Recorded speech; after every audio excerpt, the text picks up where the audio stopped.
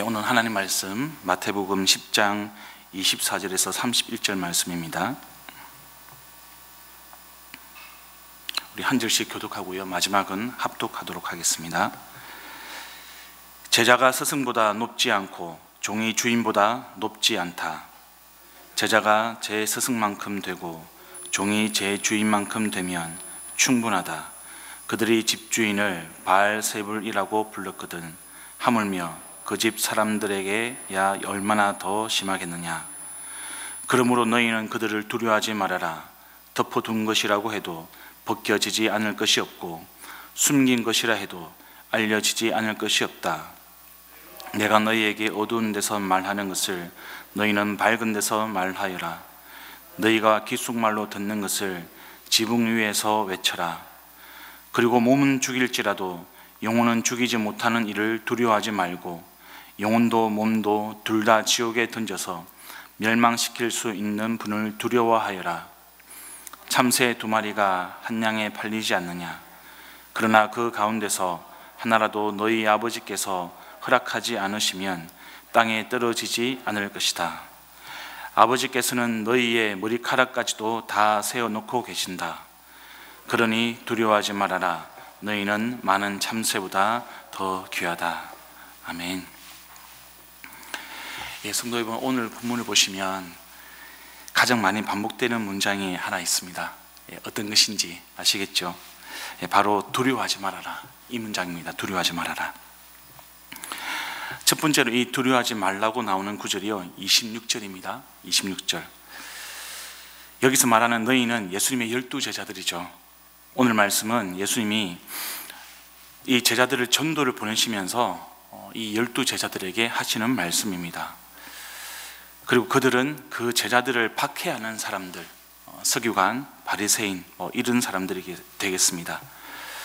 근데 그 앞에 있는 24절과 25절에서는 이 예수님이 비유를 들어서 말씀하시기를 제자와 스승, 그리고 주인과 종, 집주인과 그 집 사람들과의 관계를 빗대어서 제자들에게 메시지를 지금 전하고 계시는 거죠. 그러면서 제자가 스승만큼 되고 종이 주인만큼 되면 충분하다, 이렇게 말씀을 하고 계십니다. 동네 사람들이 집주인을 바알세불, 그러니까 귀신의 두목이다, 이렇게 쌍욕을 하는데 그 집의 가족들이나 가솔들은 더 심하게 욕을 먹을 것이다, 이렇게 말씀을 해주고 있는 것입니다. 여러분, 제자의 목표가 어떤 것일까요? 제자가 된다는 것, 그리고 그 제자의 목적은 무엇일까? 아마 스승처럼 되는 겁니다. 종이라는 신분은 또 어떻습니까? 주인에게 예속이 되어 있는 그런 신분을 가지고 있죠. 그래서 누가 상전이냐에 따라서, 어떤 사람이 그 종의 상전이냐, 이것에 따라서 종에 대한 사람들의 생각이나 태도가 바뀝니다. 집주인과 그 집 사람들도 마찬가지죠. 우리가 보통 권속이라고 그렇게 표현하고 부르기도 하는데요, 고대 이스라엘 사회에서는 이 아버지, 남편이 그 집안을 대표했습니다. 옛날 우리나라 사회도 마찬가지였지만 그 집안 식구들의 운명이 이 남편 그리고 아버지한테 달려 있었습니다. 여기서 말하는 스승, 그리고 주인, 집주인은 동일한 사람을 이야기하고 있습니다. 바로 예수님 자신이신 거죠. 당시 서기관과 바리새인들은 귀신을 쫓아내고 병든 사람들을 고치는 예수님을 향해서 이 바알세불이라고 불렀습니다. 이 귀신들의 두목이다, 이렇게 욕을 하고 비난을 하는 거죠. 그리고 배척하고 박해를 했습니다.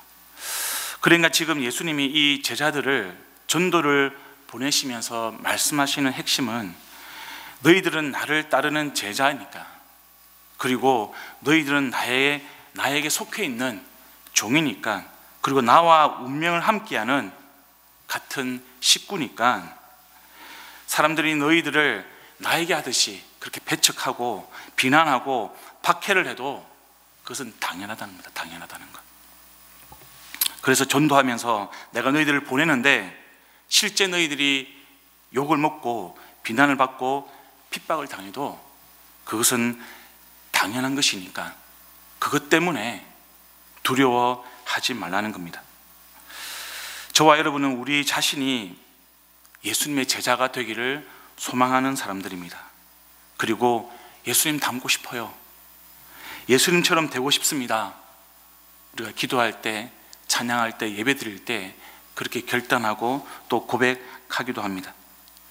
그리고 예수님이 나의 인생의 주인이고 나는 그분께 속해 있다라고 또한 우리가 신앙을 고백하기도 합니다. 예수님이 우리의 아버지시며 우리의 운명이 그분께 달려있다. 그것이 저와 여러분의 믿음이라는 것을 저는 알고 있습니다. 근데 여러분, 때때로 저는 그렇게 고백하는 저의 모습을 생각을 할 때 좀 이중적인 생각이 들 때도 있습니다. 나의 신앙이 좀 이율배반적인 그런 모습은 아닌가 반성하면서 저의 신앙의 모습을 돌아볼 때가 있습니다.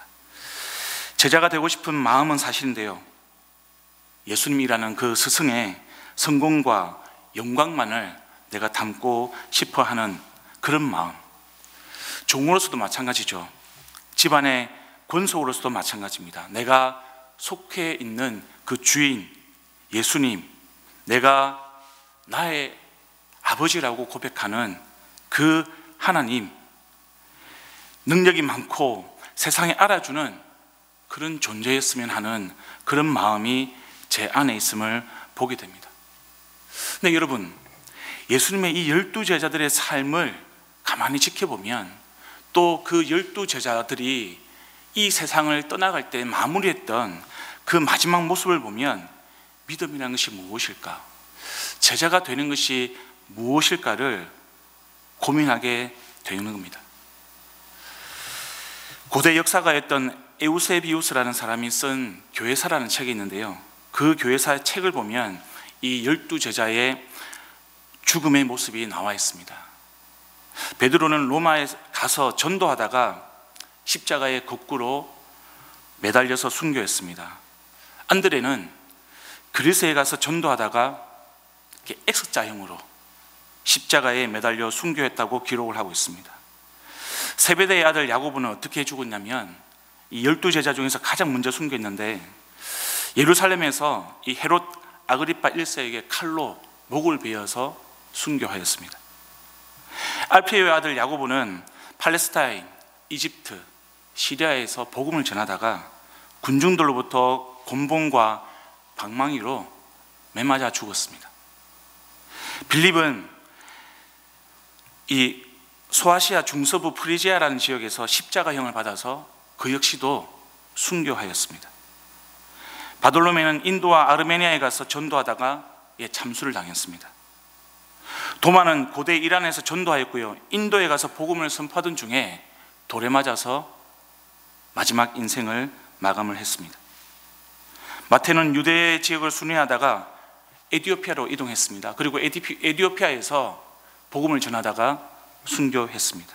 참수를 당했습니다. 시몬은 시리아와 그리고 메소포타미아, 페르시아에서 복음을 선포하다가 페르시아에서 순교하였습니다. 다데오는 페르시아에 가서 전도하다가 활에 맞아서 죽었습니다. 가룟유다 대신에 사도가 된 사람이 있습니다. 마띠아라는 자인데요, 카스피 연안에서 박해를 받고 돌에 맞고 결국 참수를 당했습니다.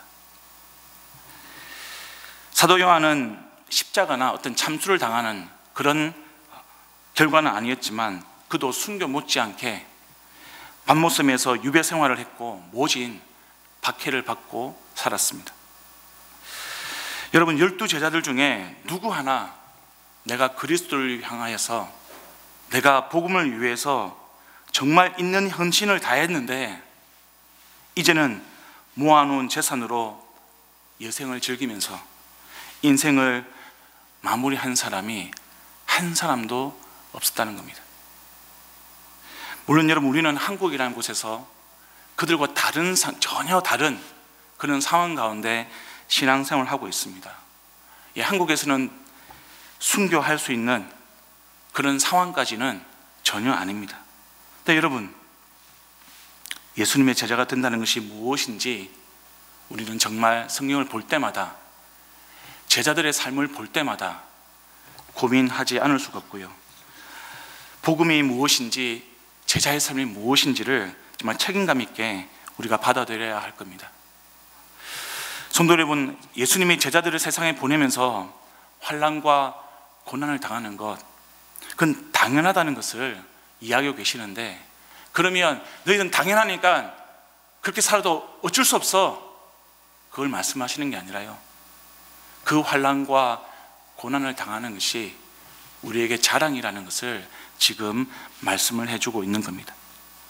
사도 바울의 자랑이 무엇이었습니까? 고린도후서 11장에서 그는 그리스도 때문에 내가 당하는 고난을 쭉 열거하면서 그것이 나의 자랑이라고 이야기하고 있습니다. 그가 모아놓은 재산도 아니었고요, 그는 로마 시민권자였지만 그것을 자랑하지 않았습니다. 28절에도 여러분, 두려워하지 말아라, 이렇게 기록을 하고 있습니다. 예수님이 말씀을 하고 있습니다. 두려워하지 말아야 할 이유에 대해서 예수님은 두려움의 대상이 다르기 때문에 그렇다고 우리에게 가르쳐주고 계십니다. 그리고 동시에 28절에는 두려워하라는 그런 명령어가 한 번 더 나오고 있습니다. 무엇을 두려워하느냐? 영혼도 몸도 둘 다 지옥에 던져서 멸망시킬 수 있는 분, 그 하나님을 두려워하라는 거죠.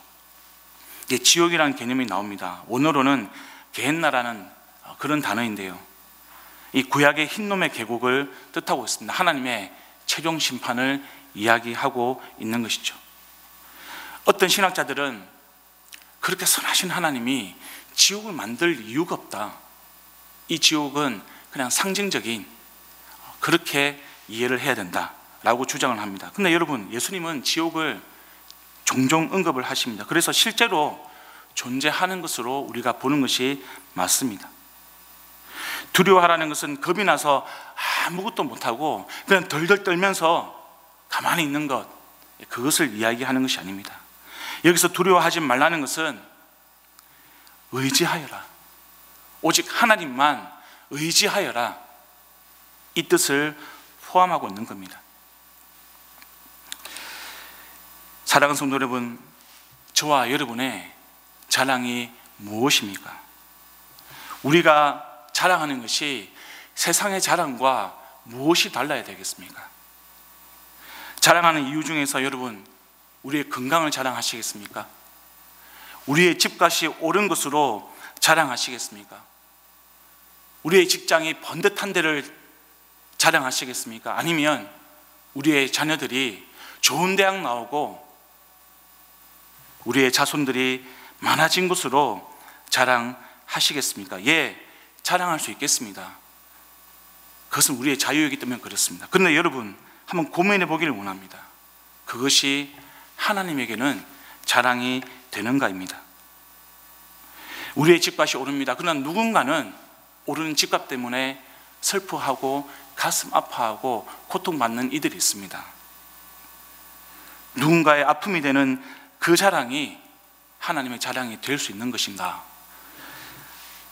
우리가 고민해야 될 부분인 것이죠. 여러분, 우리의 자녀들이 교회를 다니는, 그리고 신앙생활을 하는 부모들을 보면서 그 부모들이 예배를 드리면서도 신앙생활을 하면서도 돈이라는, 그리고 대학이라는, 그리고 세상의 성공이라는 그런 가치에 꼼짝하지 못하는 그런 모습을 본다면 귀신같이 알죠. 가족들에게 보여지는 진짜 나의 모습, 우리 자녀들에게 보여지는 진짜 나의 신앙의 모습, 우리의 자녀들은 우리의 어떤 모습을 보고 우리 부모님은 이런 부분이 너무나 좋아, 자랑할 수 있는 부분이 우리 신앙에 있어서 어떤 부분인지를 한번 고민해 보았으면 좋겠습니다. 오늘 본문은 여러분, 예수 그리스도처럼 복음을 전파할 때 겪는 고난, 박해가 성도의 자랑이라고 예수님은 우리에게 가르쳐 주고 있는 겁니다. 그런 고난을 우리가 가지고 있다면, 그런 고난 가운데, 박해 가운데, 핍박 가운데 우리가 거하고 있다면, 그것 때문에 거절당하고 그것 때문에 우리가 패착을 당한다면 그것이 바로 우리의 자랑이라고 예수님은 우리에게 말씀을 해 주고 있는 겁니다. 그리고 그것을 세상에 온 열방 가운데 선포하라고 말씀을 하고 있는 것이죠. 예, 복음이 거부되는 세상입니다. 기독교라고 비난을 받고 있는 세상입니다. 그럼에도 불구하고요, 아직도 수많은 사람들이 복음을 들어야 합니다. 아직도 많은 사람들에게 예수님이 필요합니다. 지난 코로나 시대에 여러분, 우리는 복음 전파가 암흑기라고 생각을 했습니다. 예, 적어도 우리에게는 그랬습니다. 근데 여러분, 그 코로나 시기에도 하나님께서 복음을 듣지 못하는 자들에게 복음을 전했다는 사실을 알고 계십니까? 여러분, 그리스에 사역하시는, 난민 사역하시는 김부세 선교사님이 계십니다. 그 선교사님이 이 그리스라는 지역이 난민이 오면 그 지역에 정착하는 그런 문화가 있는 것이 아니라 그리스보다 더 잘 사는 독일이나 북유럽 쪽으로 이동하는 경향이 있습니다. 그래서 실컷 이렇게 양육해 놓으면 다른 지역으로, 다른 나라로 이제 이동하니까 힘이 빠지시는 거예요. 근데 코로나가 되니까 어떤 일이 발생하냐면 이 온라인으로 복음을 전하고 양육하는 그것이 일상화된 겁니다.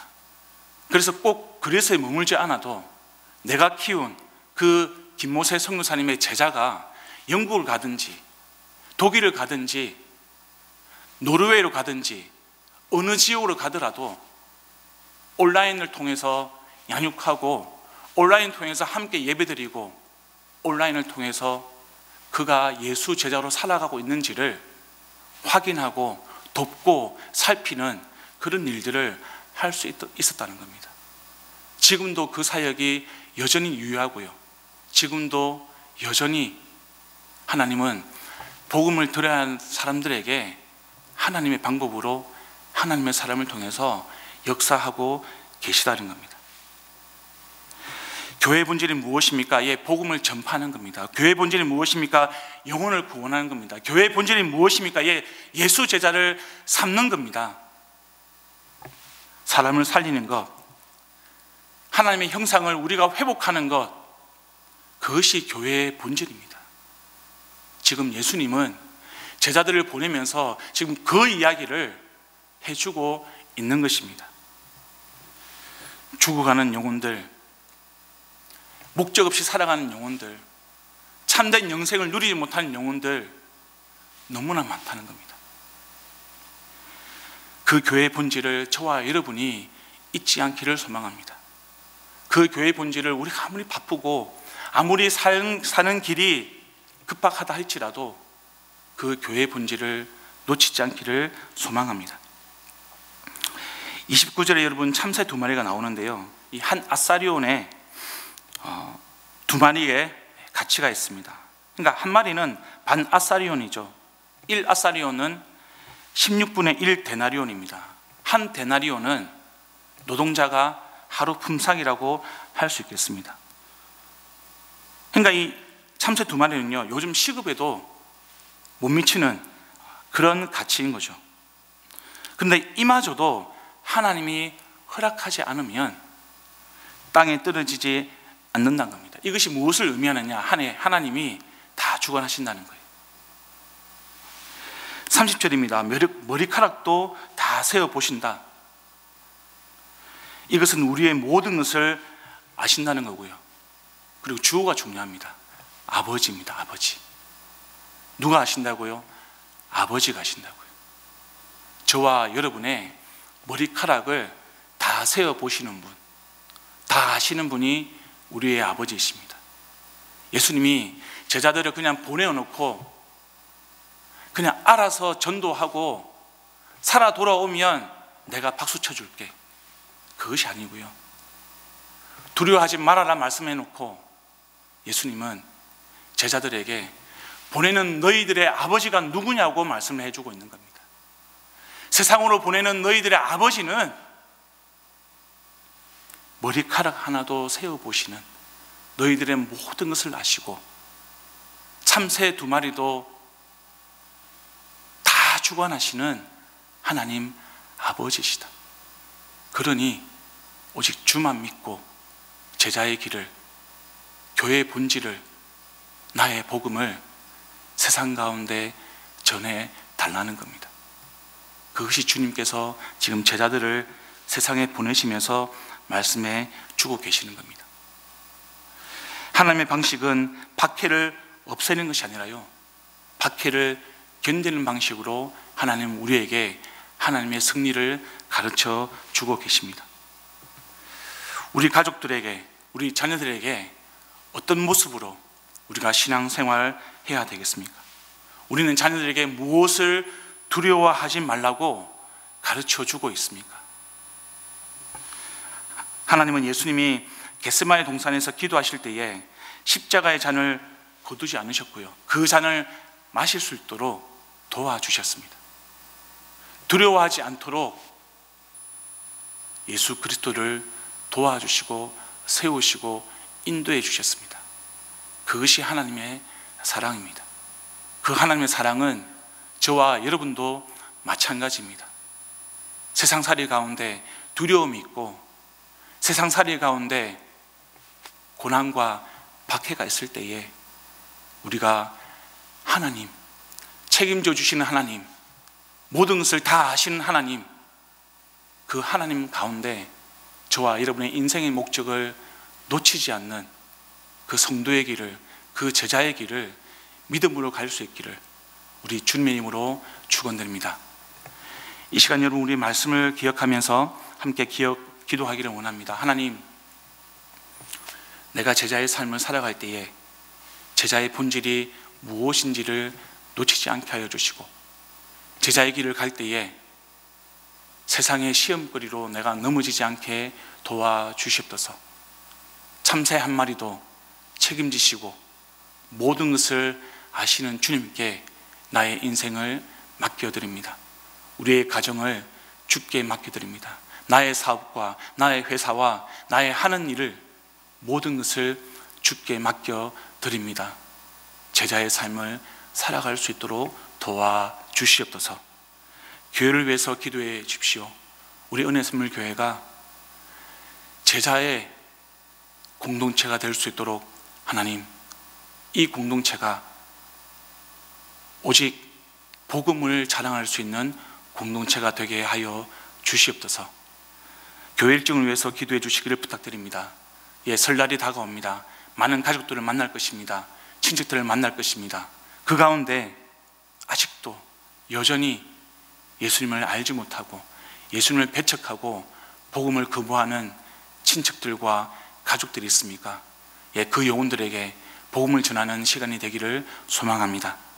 그리고 온 세대 예배를 통하여서, 예수 영접 모임을 통하여서, 성경학교와 수련회를 통하여서, 그리고 열방의 샘을 통하여서 하나님, 우리 공동체가 온전하게 예수 그리스도의 제자가 되는, 온 세대가, 온 성도가 한 명도 빠짐없이 예수님의 제자의 삶을 살아가는 제자 공동체가 되게 하여 주시옵소서.